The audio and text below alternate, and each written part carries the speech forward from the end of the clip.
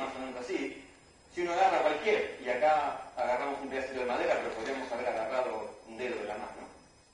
Si ampliamos esto un poco, vamos a ver que hay átomos. Si miramos en los átomos, vamos a ver que hay un núcleo y electrones, que el núcleo está formado por protones y neutrones, y que esos objetos están formados por quarks, que por el momento, junto con los electrones, los consideramos objetos sin tamaño.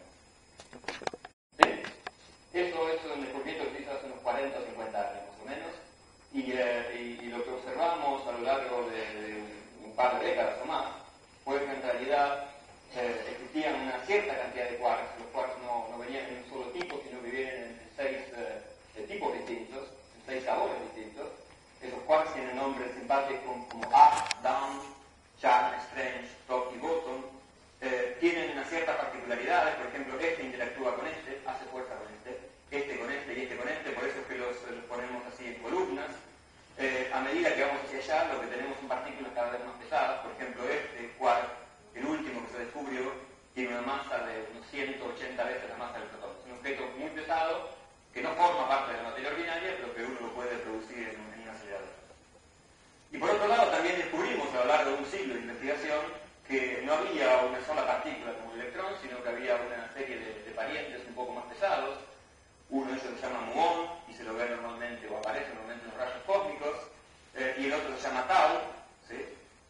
Tienen las mismas propiedades eléctricas, en el sentido que son todos con carga negativa, y cada uno de ellos resulta que además tiene un primo, que lleva el nombre de neutrino, simplemente porque no tiene carga eléctrica, y existe un neutrino para cada uno de estas partículas. O sea, esto que ven acá es básicamente la tabla de partículas que forman la materia. ¿Sí? Ustedes notarán que están organizadas, como les dije, de una forma peculiar. Estas dos columnas que están acá son básicamente una reproducción de la primera, nada más que un poco más pesada. Y de hecho todavía no entendimos por qué hay esta repetición. Y esto se empieza a parecer un poquito a la tabla de Mendeleev, así que uno podría imaginarse que estos objetos tampoco son elementales. Probablemente esta periodicidad que se observa ahí tenga que ver con que están formados por algo más pequeño, pero por el momento no lo podemos probar. Y debo decir además, por supuesto, que además de estas partículas existen las antipartículas, que tienen básicamente las mismas propiedades que estas con la carga eléctrica opuesta. Bien, eso da una idea, el primer panorama que quería introducir, que es cuáles son las partículas que forman la materia. Ahora, por supuesto, cuando uno quiere entender la física de estos objetos, no alcanza con saber cuáles son las partículas que las forman, sino que quiere saber qué fuerzas se hacen entre ellos, cuáles son las interacciones entre ellos, porque si entendemos cómo interactúan, podemos entender cómo se forman la materia, no solo cuál es la composición. Y entonces voy a tratar de explicarles cuáles son las interacciones, apelando a una cuestión bastante complicada de explicar, pero vamos a tratar de hacer algún esfuerzo, y que tiene que ver con las simetrías. Tal vez alguno estuvo acá hace unos años, Juan Martín dio una charla dedicada particularmente al tema de la física y la simetría. Voy a hacerlo muy resumido, espero que algunos lo puedan seguir. Es un tema complejo. Pero digamos, ¿qué es una simetría? Creo que todo el mundo tiene idea de que hay cosas que son más o menos simétricas que otras. Por ejemplo, si yo les preguntase qué objeto que estaría más simétrico de todos esos, ¿qué respondería? La esfera. ¿Por qué? Porque uno piensa por ejemplo, en rotarlas. ¿No? Uno podría agarrar este cilindro, por ejemplo, rotarlo alrededor de este eje, y no se daría cuenta que lo rotó porque es simétrico ante esa rotación. ¿Sí? Esa transformación de rotar algo y dejarlo exactamente como era es lo que se llama una transformación de simetría. Pero ciertamente todos estos tienen algún tipo de simetría, pero la esfera es la que tiene la simetría mayor. ¿Sí? Si yo agarro cualquier eje que pase por el centro de la esfera y roto, no puedo decir si lo roté o no porque la esfera es perfectamente simétrica. ¿Sí? El concepto de simetría, quiero decir, es algo que está con el que uno tiene un contacto cotidiano. ¿Qué tiene que ver esto con la física? Bueno, resulta que las leyes de la física tienen simetrías muy profundas. Y esas simetrías, de hecho, vamos a tratar de contar que son justamente el origen de las leyes de la física, en buena parte, en particular el origen de las fuerzas que observamos en la naturaleza. ¿Qué quiero decir con la simetría de las leyes de la física? Y acá viene la parte complicada. Supóngase que uno quiere describir un electrón. ¿Sí? Un electrón es una partícula puntual, un electrón solito que anda por el espacio, y queremos ver cómo describir el movimiento de ese electrón. ¿Sí? Uno sabe que eso no es sencillo, en particular porque uno no puede utilizar la ley de Newton. El electrón es una partícula tan pequeña que no sigue la ley de Newton, sino que sigue la ley de la mecánica cuántica. Entonces déjenme decirle una cosa básica de la cuántica y tiene que ver con el hecho de que uno no puede describir la trayectoria de un objeto, ¿sí? de decir dónde está y con qué velocidad está moviendo en un determinado momento con precisión absoluta. Entonces, en general, lo que describe a un electrón es una cosa que se llama una función de onda. Ahora voy a intentar explicar más o menos cómo funciona. La función de onda es un objeto, para los que están aquí en la facultad, los que recuerdan matemática más o menos complicada, es un número complejo. ¿Sí? Es un número que lo que dice es básicamente lo siguiente, que lo podría representar de la siguiente forma. Supónganse que el electrón moviéndose en una dimensión nada más, ¿sí? Para hacerlo más sencillo, de la forma que podemos poner unos ejes, donde esto es la posición, X, y esto es el tiempo, T. ¿Sí? Entonces, si uno quisiera describir clásicamente el electrón, diría, por ejemplo, se encuentra acá, en este punto, en este momento. Bueno, esto en la mecánica cuántica no podemos hacer. Lo describimos en términos de esta función de onda, que como es un número complejo lo podemos representar como una especie de vectorcito. ¿Sí? ¿Se acuerdan? Las propiedades del vector tienen un módulo, una longitud y un ángulo. Lo que es muy relevante en la mecánica cuántica en particular es cuál es la longitud de este vector. La longitud de este vector básicamente nos da una idea de cuál es la probabilidad de encontrar un electrón en un determinado punto del espacio y del tiempo. ¿Sí? Ese es un concepto básico de mecánica cuántica que, por supuesto, no es sencillo de aceptar en 35 segundos. Pero la idea es básicamente esta. Esta es la representación, de alguna forma, de un electrón moviéndose en el espacio. ¿Sí? Entonces, este vectorcito tiene una relevancia muy importante en la física. Y lo que uno se podría preguntar, y la pregunta que hizo mucha gente hace un tiempo, fue decir, bueno, este vector tiene una longitud y un ángulo, ¿sí? Como ven, en cada punto del espacio tiene una longitud, que sí puede ser distinta y puede estar apuntando para cualquier lugar.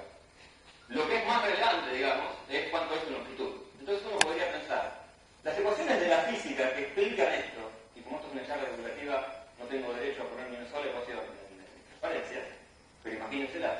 La pregunta que uno podría hacerse es, ¿las ecuaciones de la física dependerán del ángulo, de la dirección en la que apunta cada vectorcito o no? Pues una cosa que se descubrió hace ya mucho tiempo es que si uno le cambiaba el ángulo a todos estos vectorcitos de la misma forma, o sea, a todos le cambio el ángulo, los giro, los roto a todos de manera equivalente, las ecuaciones de la física no cambiaban. Y que eso tenía un resultado fundamental. En particular, el hecho de que las ecuaciones de la física no cambien ante esta rotación, que sean simétricas, significaba que la carga eléctrica se conserva. Que cada vez que uno tiene un choque, por ejemplo, entre partículas, o la destrucción o creación de partículas, la carga eléctrica de lo que ingresa tiene que ser igual a la carga eléctrica de lo que sale. Es una ley fundamental de la naturaleza que ahora entendemos que es un derivado del hecho de que la física es simétrica simplemente ante dar vuelta a estos vectorcitos. Es complicado de entender, pero se imaginan que es algo muy poderoso, porque tiene un poder predictivo. Entonces, una pregunta que hicieron algunos fue, bueno, si en vez de agarrar a cada esta flechita la tiramos por el mismo ángulo, hagamos algo más complicado. Agarremos a cada punto de cada flechita y tirémosla distinto. ¿Sí? A uno la giro más y a otra menos, por ejemplo, podría ser que todas ellas terminen apuntando en un mismo lugar. ¿De acuerdo? Eso es una transformación distinta en cada uno. Bueno, resulta que si uno pregunta, ¿las leyes de la física son simétricas ante ese cambio? La respuesta es no. Las leyes de la física, las que describen un electrón moviéndose solo por el espacio, no tienen esa simetría. Para decirlo de una forma, es como, volviendo al ejemplo de la esfera, como si tuviésemos una esfera con un agujerito. ¿Sí? Claramente eso no va a ser simétrico. Yo lo roto, puedo darme cuenta que lo roté porque me quedó la mano. Uno podría haber abandonado aquí, pero por suerte los físicos en general son bastante cabezaduras y suelen intentar. Entonces la pregunta que hicieron es, ¿podría hacer algo? ¿Podría modificar mis ecuaciones de tal forma que sean simétricas? ¿Qué es la modificación mínima que tengo que hacer? En esta esfera, uno se imaginaría que lo más sencillo es agarrar un pedacito que sea del mismo color que la esfera, ponerlo ahí y volverla simétrica. ¿Sí? Entonces la pregunta es, ¿qué tengo que agregarle en mis ecuaciones de la física para que tengan la simetría esta de girar los vectorcitos? Bueno, resulta que lo que tengo que hacer es a las ecuaciones que representan el electrón, lo que tengo que agregarle es un nuevo objeto, ¿sí? Es el pedacito que le agregué a la esfera, y ese objeto resulta ser el fotón. El fotón es la partícula de la luz, ¿sí? Es la partícula que está involucrada en el electromagnetismo. Y no solo lo que aparece en el fotón, sino que resulta que de pedirle a las ecuaciones de la física que cumplan esa simetría, podemos obtener el electromagnetismo. Una teoría que era bien conocida para la época, pero que uno no sabía en principio cuál era el origen. Ahora sabemos que el origen del electromagnetismo, la razón por la cual las partículas cargadas interactúan entre sí, es simplemente que las ecuaciones de la física que rigen eso tienen esa simetría funcionan que tirar los vectorcitos de distintas formas. ¿Sí? Y no solo eso, sino que, y ahora a los que se perdieron los podemos enfocar acá, es que entendemos además una forma de explicar la interacción electromagnética. ¿Cómo es la interacción? ¿Qué es lo que ocurre cuando dos partículas cargadas interactúan entre sí? Por ejemplo, dos electrones. Tengo dos electrones con carga negativa, como se van a repeler, los lugares superpositorios se van a alejar. ¿Sí? Algo que está más o menos explicado aquí.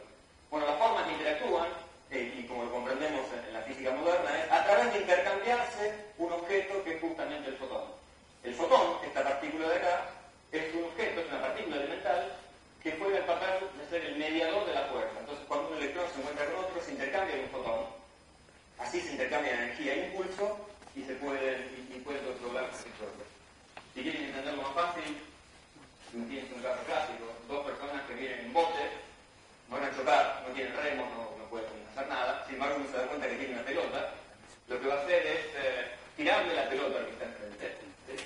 Cuando le tire la pelota, simplemente porque pierde impulso hacia allá, por reacción su voto se va a ir hacia el otro lado, y el que reciba la pelota también se va a desviar. ¿Sí? Ese objeto que está